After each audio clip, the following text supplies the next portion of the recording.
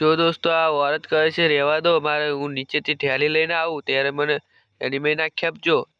औरत કહે છે આ મારી થેલી જોજો, હું જઈને નીચેથી આવું છું। ત્યારે આ લડકી એની રાહ જોવા લાગે છે। ત્યારે આ છોકરીનો પતિ આવી જાય છે। ત્યારે પતિને કહે તમે આવી ગયા? ત્યારે પતિ કહે છે હા, તું અહીં કેમ ઊભી રહી છે? ત્યારે છોકરી કહે છે હું એક औरतને ચાવલ આપવા માટે અહીં ઊભી છું। એ औरत થેલી લેવા ગઈ છે, હજુ સુધી નહીં આવી, તમને જોઈ છે ક્યાં? ત્યારે પતિ કહે છે હું નીચેથી જ આવ્યો, એ औरतને મેં નથી જોઈ। પતિ કહે છે ચાલ હવે ઘરે બેસ, આવશે એ औरत। ત્યારે આ છોકરી કહે છે પતિને પૈસાની સગવડ થઈ કે ના થઈ? ત્યારે પતિ કહે છે નહીં કહે થઈ પૈસા સગવડ। ત્યારે આ પતિ પૂછે છે પેલી औरत કોણ હતી, એ શું કરવા આવેલી અહીં આગળ? ત્યારે છોકરી કહે છે એ કોક માગનારી હતી, એને હું ચાવલ આપવા ખાતર ગયેલી।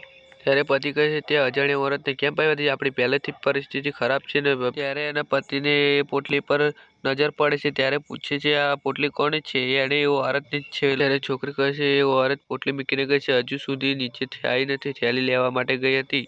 ત્યારે પતિ કહે છે અજાણી औरतને તે કેમ પહેવા દીધી? ત્યારે લડકી કહે છે એ આપણા પડોશની જેવી હતી એટલે મેં પહેવા દીધી હતી। ત્યારે પતિ કહે છે કોઈનું અજાણ્યું અત્યારે મીકાવાય ખરું? ત્યારે છોકરી કહે છે એ થેલી લેવા નીચે ગઈ છે। ત્યારે એનો પતિ કહે છે અજાણ્યું કોઈનું અત્યારે ઘરમાં ના રાખાય, તને ખબર તો છે અત્યારે તો ગજબ કારનામા હોય છે। ત્યારે પતિ કહે છે હું નીચે જઈને સીસીટીવી કેમેરા ચેક કરીને આવું છું। ત્યારે આ છોકરી અહીંથી ઊભી થઈને ચાલવા લાગે છે। ત્યારે પોટલી ઊંચી કરીને જોવે છે, ત્યારે પૈસા હોય છે એની ભાઈ।